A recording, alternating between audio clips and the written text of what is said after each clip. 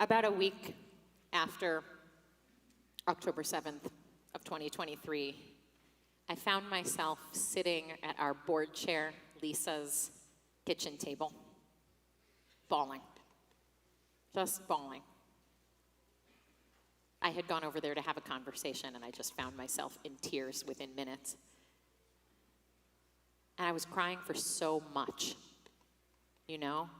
I was weeping for what had happened to our brothers and sisters in the south of Israel, for the dead, for the traumatized, for the orphans, for the hostages, for their shattered families, for their shattered sense of safety.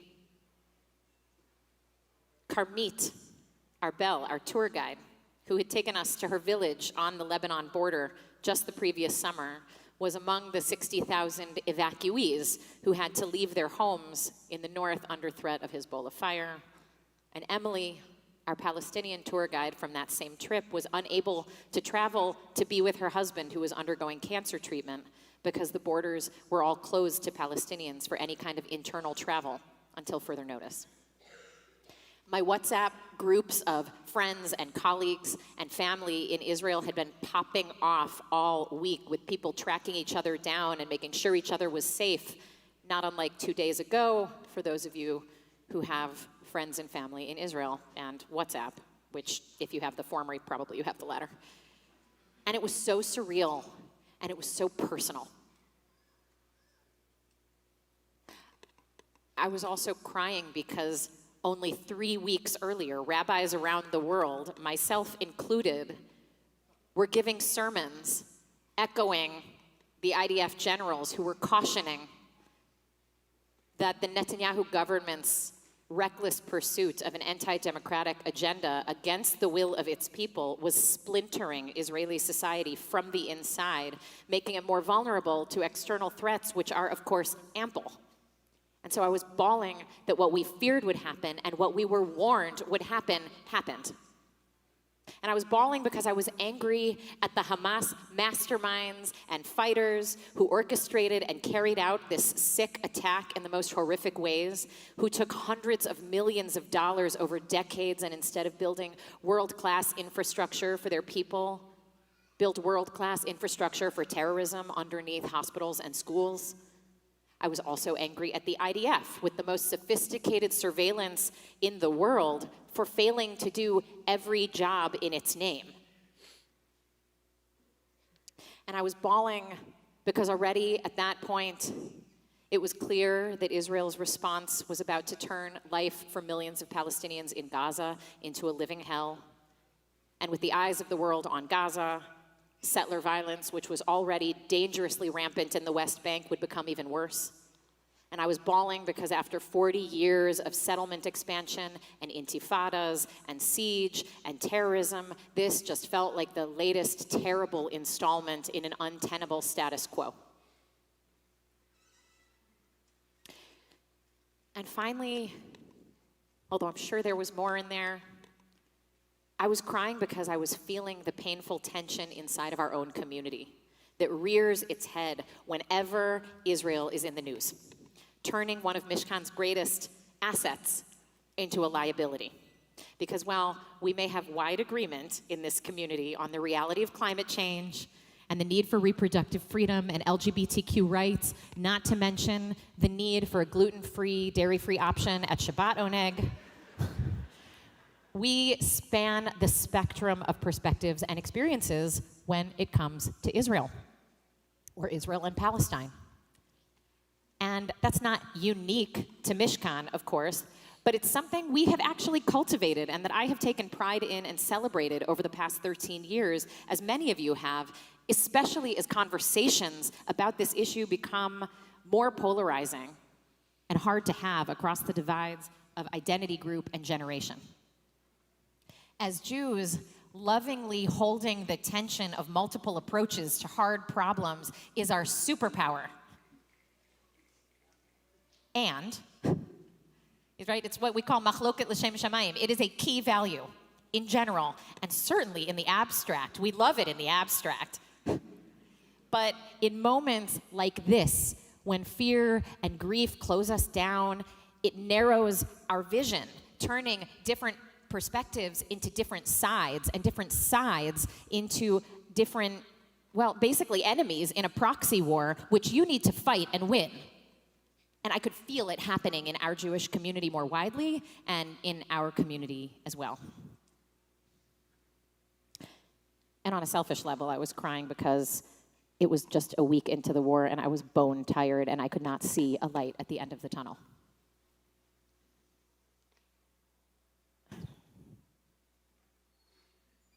And Lisa couldn't fix any of that for me that day. But she did sit down next to me and let me cry. As we come up on the anniversary of October 7th, a recurring theme this year for our people has been grief. But what I want to talk about today is not just grief, but what happens when we're processing our grief unconsciously, whether it's over the daily disappointments life deals us, because of course those didn't stop, or over the ongoing tragedies of this year, which, let's be clear, are still unfolding, are still happening, like a wave that knocked you down once and you keep trying to get back up and just find your stable footing on the shore, but the waves keep coming and knocking you down with the news every single day, making it impossible to feel grounded in this time. So many of us, over the last 13 years, have turned to this community for that vital grounding and support in a world that breaks our hearts and drives us crazy. And I submit to you that we need that now more than ever, especially with this election coming up. My friends, we need this space to be that space. And so as painful and as exhausting as grief can be, I want to suggest that instead of letting it isolate us from one another, we allow the presence of grief to actually bind and heal us so that we can move forward into this year with greater strength and courage and vision, come what may. So let's just do the breath thing again. Let's breathe in and exhale. And settle in.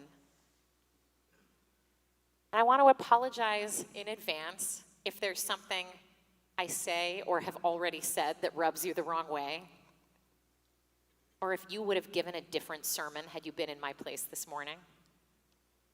I want to hear what it is. I ask for your grace, and I hope you'll share your thoughts with me lovingly after the holiday. Okay. Dr. Elizabeth Kubler-Ross says there are 5 stages of grief. Maybe you're familiar with them. And if you are, you can say them with me. Denial, anger, bargaining, depression, acceptance. These stages, of course, don't have to happen in order, and they can happen simultaneously. Denial is, this can't be happening, or this can't be happening to me. Anger is, whose fault is it? Make them pay. Bargaining is imagining all the scenarios where if you could just change the past, then you could fix the present. Depression is not getting out of bed, not showering, not functioning, not wanting to go on if you have to live in this painful new reality. And finally, acceptance is acceptance of this reality, learning to live in this world. Painful as it is, changed, of course, but the wound of the loss has become more like a scar, and one learns to live again, to love again, with all of the painful wisdom they've come by honestly. Grief has an uncanny ability to morph into other emotions and make sad, hard situations even sadder and more painful. And maybe you've seen this in your own family or workplace. Unable to change the world around us, we'll turn on people closest to us and try to control what we can, where we can, in a desperate attempt to regain a sense of agency, to protect ourselves from further pain. It makes sense. One way this showed up in our community this year was some folks were angered by any mention of Palestinian pain. as if Palestinian pain would invalidate their own grief over the trauma caused to Israelis or invalidate the need for Israeli security, as if the two realities could not coexist. Not in a Facebook thread, and certainly not inside their heart. And at times, I saw it when others were angered by this Jewish community's centering of, at times, Israeli grief and Jewish grief, as if acknowledging it would invalidate the righteousness of the cause of Palestinian dignity and freedom, as if the two realities cannot coexist, not in a Facebook thread and not inside their heart. And then what happens is we're not only shutting out the pain happening to someone else over in a different place that makes us uncomfortable, but we're actually shutting out people right in front of us who make us uncomfortable too. The people right in front of us, though, they're our people. They're each other. They're the people you were turning around and looking at earlier as you all stared at each other. They're not strangers, and they're not caricatures of the most unhinged version of whatever we fear. We've been praying and singing and doing justice together and learning and celebrating each other in this community for 13 years. These are the people who, when you say Yitgadal v'Yikadash Shemei Rabbah, they say Amen. But I'm worried that the tricks that we use to mask our grief, thinking we're protecting our fragile hearts, and those tricks include assigning blame and lashing out and being self-righteous and not listening and pushing away others and sometimes yelling at your rabbis. All of these are ironically and painfully making us weaker when we're already down and more isolated when we're already feeling lonely. Anybody who yelled at me this year apologized already, so going into the high holidays with a clean slate. Before I go on, is this resonating? Put your hand in the air if you have felt grief this year.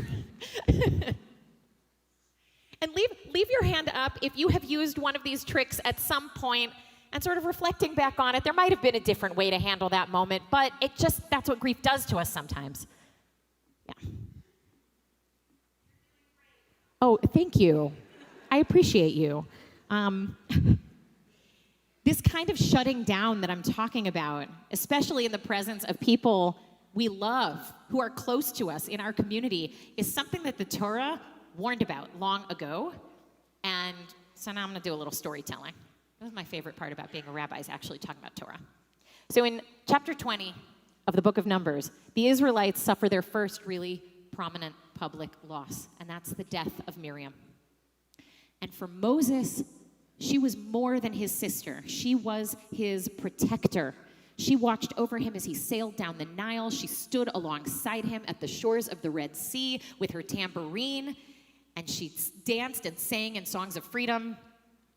For the people of Israel, she was the captain of the spirit team. You know, like in contrast to Moses's sincerity, his earnestness, and Aaron's piety, she brought the rhythm. She brought the song. She was a hero and a prophet. She had a well that traveled with her that gave everyone water to drink. She wasn't perfect. There was this time when she and Aaron were talking smack about Moses' wife. I don't know if you remember that, but she's stricken with a skin disease. It's the reason why Moses says the words that we sang earlier to pray for her to heal, because he's a loving, good brother. Even though she insulted him, he still prayed for her to heal. And of course, they make up and she heals. And a few chapters later, she dies. And the water disappears. Does the whole Israelite community rally around Moses and Aaron and bring them food and sit Shiva with them? Do they just sit with Aaron and Moses and let them cry? No, they do none of those things. They say to Moses, "Why did you bring us into this wilderness so that we and our animals would die? Why did you make us leave Egypt and come to this terrible place with no grain or figs or wine or pomegranates? There's not even water." Which one of the stages of grief do you think the Israelites were in? I'm thinking anger and a little bit of bargaining. The revisionist history they come up with, I think, is particularly impressive. Remembering Egypt like it was some kind of Las Vegas buffet that was available to them, as if they had not been slaves. Israelites, I want to shake them and say, show a little gratitude to Moses. Show a little grace and patience for your leaders while they grieve and get a new plan together. But unconscious grief compromises our ability to self-regulate. Not to mention the fear that they probably feel that now they're all going to starve or die of thirst in the desert. Of course they lash out and they say things they don't mean. We all do when we're grieving. And that's not to excuse bad behavior, but it's just an argument for being as aware as possible of what's actually going on inside so that the real need can be addressed. What happens next in this story is even more tragic. Moses and Aaron fall on their faces in frustration and impotence and sadness. Their beloved sister is dead, and now this ungrateful people can't spare a moment before attacking them and accusing them. And so God, in a really loving moment, shows up for them and says, shh, I got you guys. God says to Moses, take up your rod and go and speak to the rock over there. Tell it to give water to the people.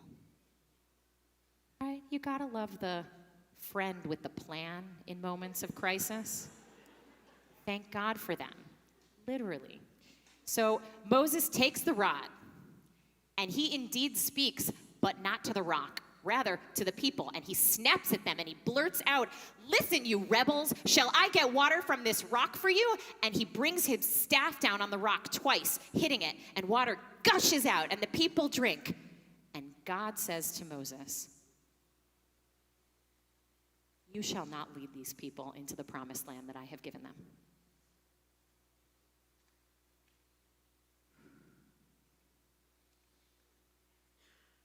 This is the Torah's ultimate cautionary tale of what can happen when we lead with anger when what we feel is grief. Moses has dealt with harder situations in his career as a prophet and leader, and has certainly have had moments when he loses his cool. We see them all over the Torah. Yet this is the epic lapse of judgment and control that is his undoing.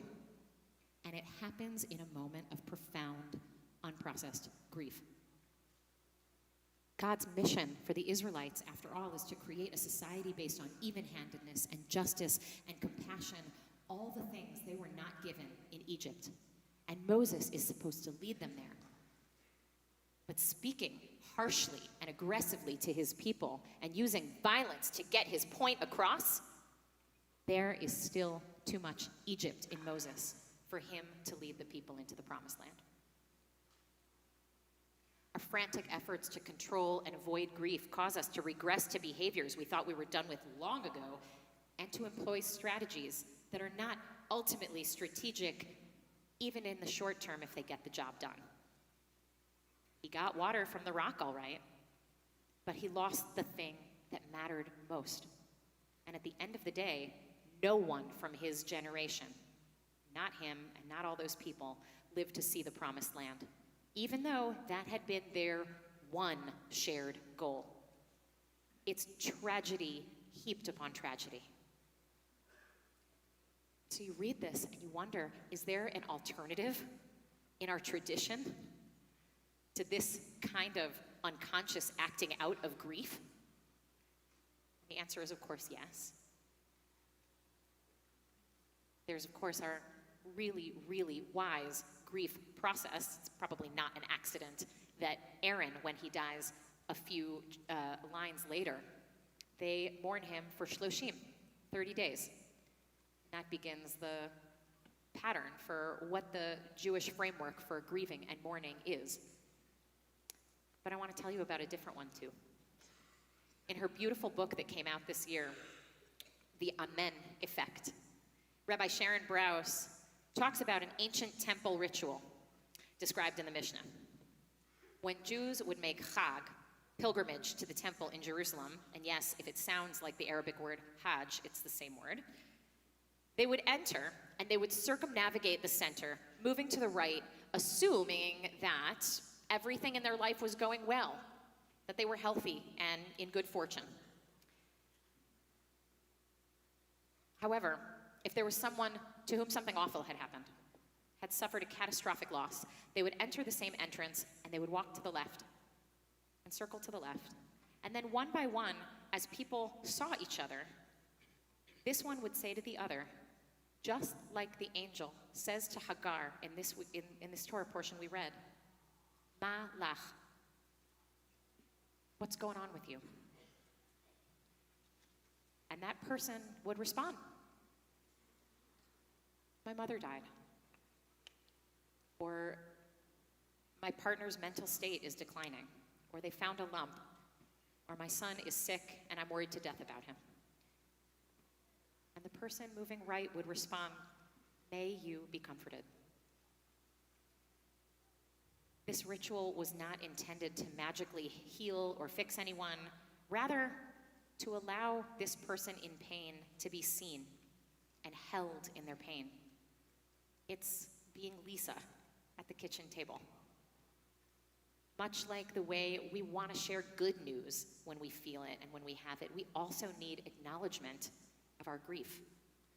The person walking the other direction is clearly experiencing the world differently, right? So this isn't about empathy or even sympathy. It's just about being a witness to non-judgmentally hold the grief of another, even if it's not yours. It's why we send out a condolence notice to our community of builders when somebody's family member dies, letting you know where the shiva is going to be. It is a mitzvah, a Jewish spiritual obligation, to go to the shiva, not because you're good friends with the person, not because you like them or even know them, but because when somebody says, Yitgadal v'yikadash shemei rabbah, you say, Amen, which is another way of saying, I see you. And I'm sorry for what you're going through. And I can't make it better, but I'm here. Hineni. And I wonder, what if instead of launching straight into the blame and defensiveness, the Israelites and Moses and Aaron had taken time to mourn out loud together? I imagine them sitting in circles, telling each other Miriam stories, telling each other where her absence hurt most. Malach, one asks, and the other says, I miss her music. Malach, while my sheep relied on her well, the other says. Or another says, back in Egypt when we were kids, we used to swim in the Nile together. And there's the one who stands and listens and nods as each person speaks, because the truth is he didn't really know Miriam. But he has a kind of second-order grief because a lot of people he knows and loves loved her. And each person is witnessed and validated as others nod in recognition. And this community says, may we be of comfort to you. They don't share the same story, but they are all in pain. And when you really listen to someone's story and someone's pain, an amazing thing happens. They actually become much more available to reciprocate and listen to you. And if these Israelites had been able to witness each other's sadness, even if they didn't totally get it, I can't help but imagine that they probably would have behaved differently and better and had a more wise, more compassionate, and frankly, more strategic response to their new reality that would have gotten them where they wanted to go. And I watched too often this year as people who shared many of the same values and aspirations, whether they were in the same family or longtime supporters of organizations for reproductive or civil rights or environmental justice, or just getting not Trump elected this fall, let alone people who shared things like a favorite bookstore or synagogue, use those spaces and groups to exclude and divide and punish other members of the group in ways that weaken their ability to pursue their shared mission. And alternatively, I watched people walk away from those groups entirely because it was too painful to feel like their grief wasn't being acknowledged or validated. Perhaps feeling better in the short term, but nonetheless losing a space where they had found purpose on support and community. And this is happening all over the place. Bookstores and organizations of writers shamed or wouldn't sell books or print an article by anyone deemed a Zionist. Whatever that means, by the way, it means a lot of things to a lot of people, including a left-wing anti-occupation activist who probably agrees on 99% of the same things as the people closing the doors on them, in the particular case I'm thinking about, but also Jewish organizations that let go of talented employees for speaking out or protesting the war, or even liking the wrong post on social media. And I regularly found myself wondering this year, how does shutting people out who share our aspirations for causes we care about here in America help Israelis or Palestinians? Or is it just grief, deep, deep grief, dressing up as moral indignation and sabotaging us and our ability to do good where we can? How does walking away do anything other than further isolate us and lose us a seat at tables we care about at a time when we need each other emotionally and also strategically? Or is it just that we haven't developed the tools and the self-awareness to stay grounded, to hang in the conversation, to say malach to the fullness and discomfort of the moment and actually stay present, not for the purpose of arriving at consensus or convincing somebody that they're wrong, but just to hold another in the brace of in community and to be held in all of our messiness, realizing that difference, even in our grief, will not break us. You might say, well, you know what, it's unreasonable. That's unreasonable. Let's go back to the story with the Israelites. It's unreasonable to imagine that people who thought they were going to die in the desert from thirst could sit and have vulnerable emotional conversations about their pain and collaboratively arrive at next steps, given the abject fear they were sitting with. And so much the more so us in a post-October 7th world when Jewish generational trauma alarm bells have been ringing on full volume all year. Surely, you might say a person who actually lost someone on October 7th or any day since, or whose kid is a hostage, or who understands in a painful and personal way the stakes we're talking about here, could not be called upon to convert their grief into the kind of compassionate witnessing that is the basis for transformation and community, right? And yet, I think of the Parent Circle, Families Forum. Members are Jews and Arabs, Christians and Muslims, who are brought together by a nightmare, the murder of one of their family members, on purpose or as collateral damage in this endless conflict. The size of the group is about 750 families, not a lot of people. Given that in the past year alone, the number of families who now could join is in the tens of thousands, that number is still very small, which speaks to how emotionally risky it is to show up and talk to a person who is on the side responsible for what happened to your child, sibling, or parent. And not only that, imagine telling your friends and family where you're going and the shower of accusations that you'd receive that you're a traitor to your people for even talking to someone from the other side, that you're naive, that you don't understand our history, that it's dangerous to trust those people who want to kill us all at the end of the day if they could. And many of them describe that at their first Parent Circle meeting, they sat with their arms folded in the corner while people went around and shared in circles, answering the question, Malach, what happened to you and your family? And they listened to each other without interrupting or arguing.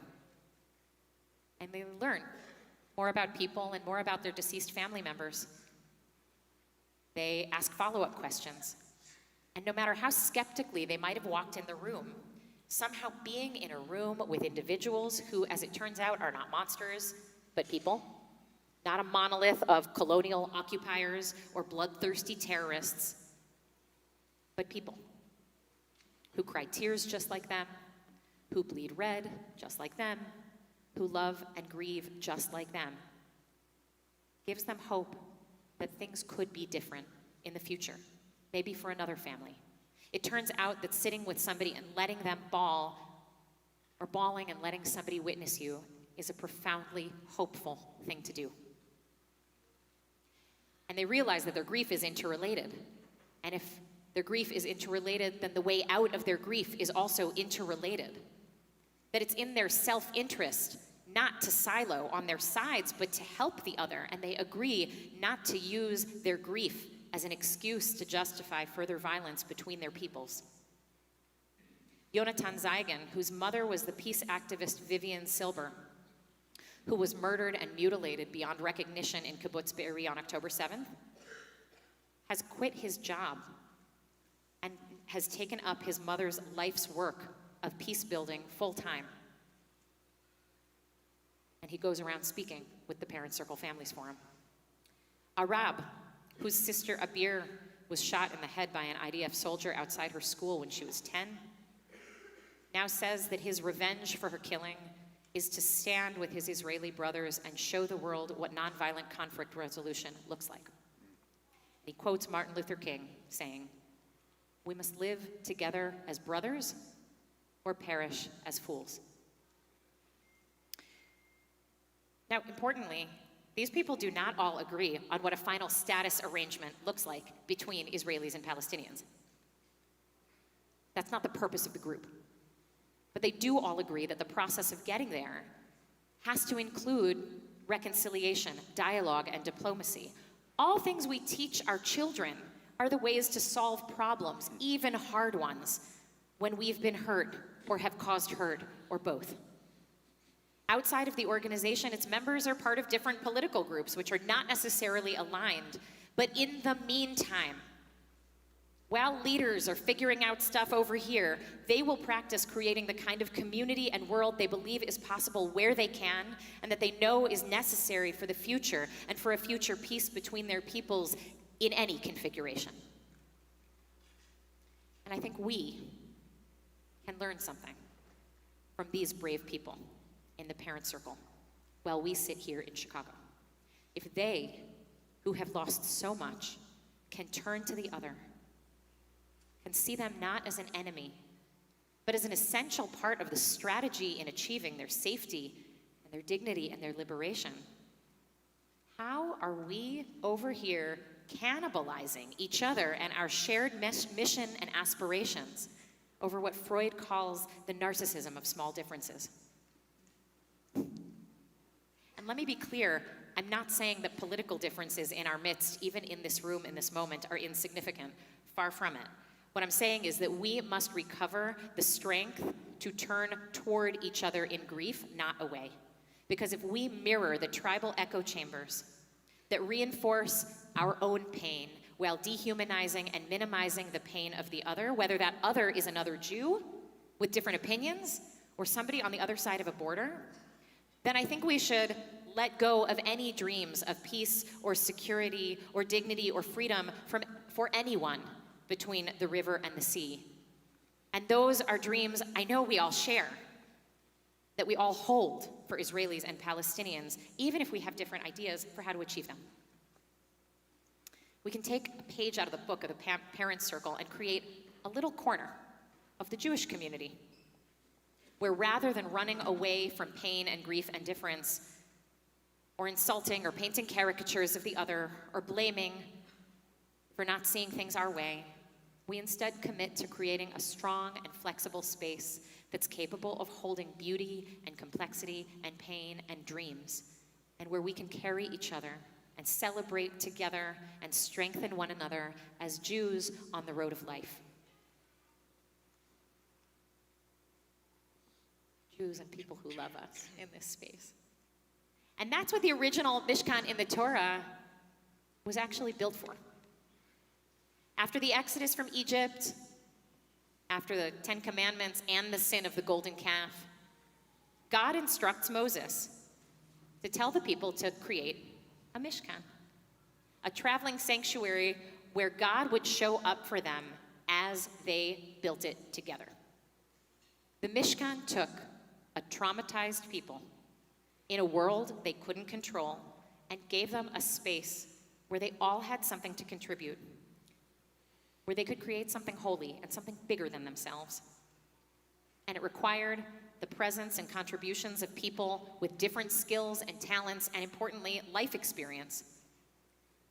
Some of them saw slavery and oppression in Egypt, and some of them were born in the desert and never knew from that. And they all worked alongside together because their experiences matter when understanding the world and understanding each other. The materials to construct the golden calf were the very same ones that were needed to make the Mishkan, but instead of this space reinforcing old ideas and false gods, this would be a space for letting go of false gods and pursuing new ideas.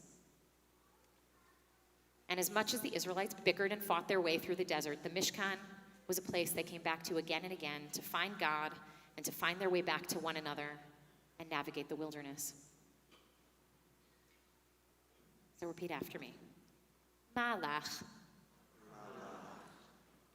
What's troubling you? Yeah, you do. What's troubling you? What's on your mind? What's on your heart?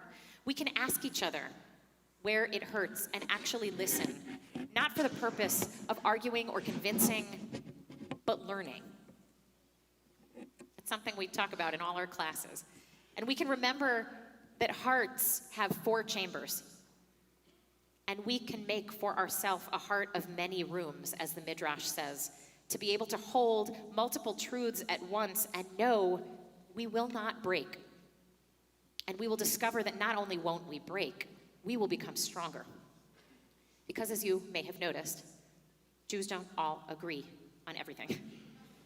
And I know that can be painful, especially when the stakes feel so high.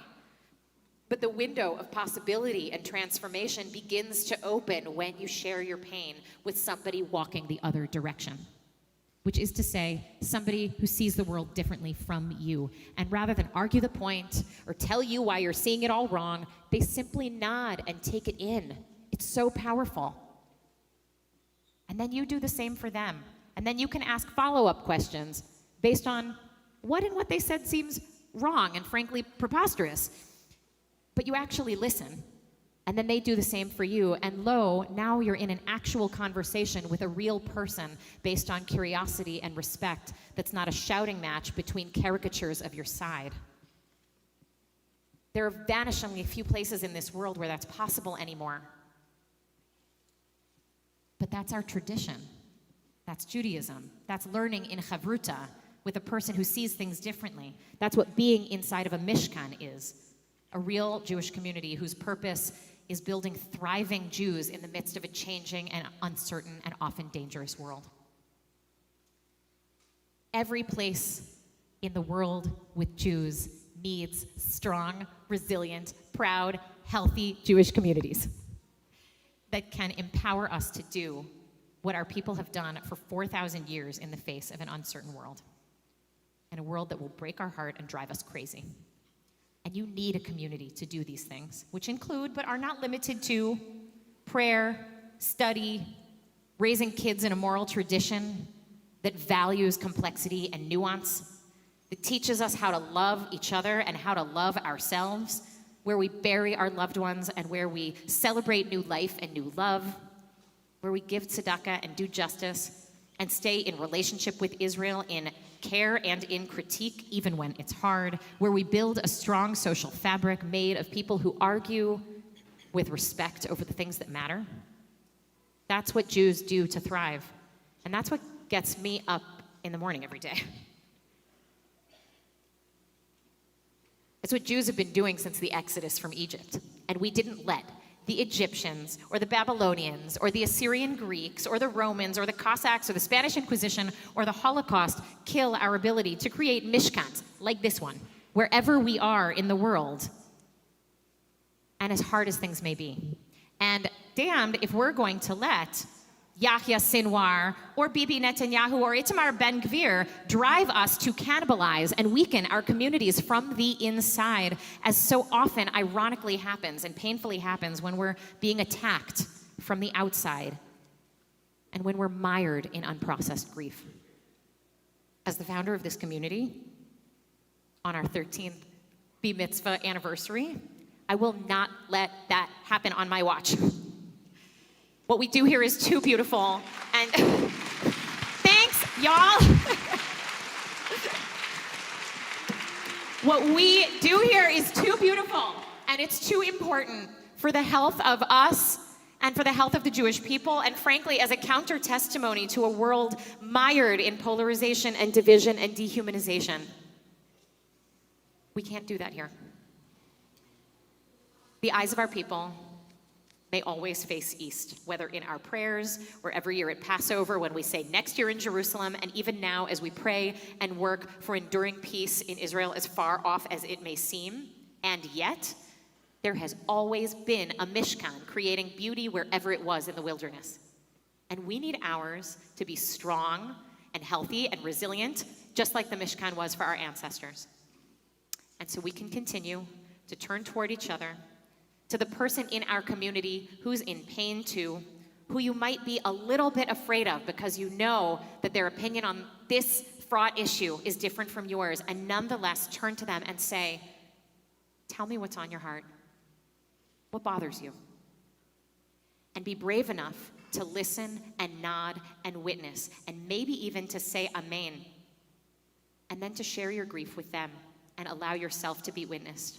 And we can cry together and allow others to cry with us, because it's rough out there. And we need a place to find grounding, inspiration, and healing. And we don't all have to agree on what's causing us pain, but we do have to nod and understand that not everyone is us, but we don't have to be made smaller by our grief.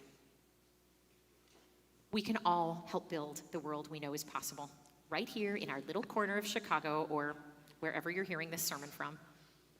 A beautiful container to hold the fullness of who we are and who we are becoming.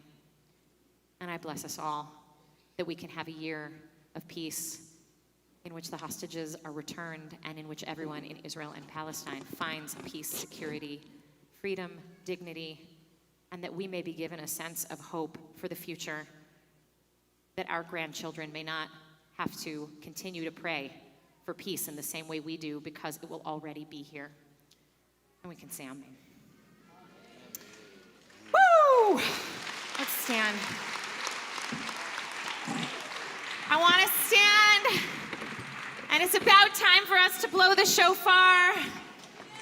Yes, so if you're out in the hallway and you were waiting for this moment, open up the doors, and if you are blowing shofar,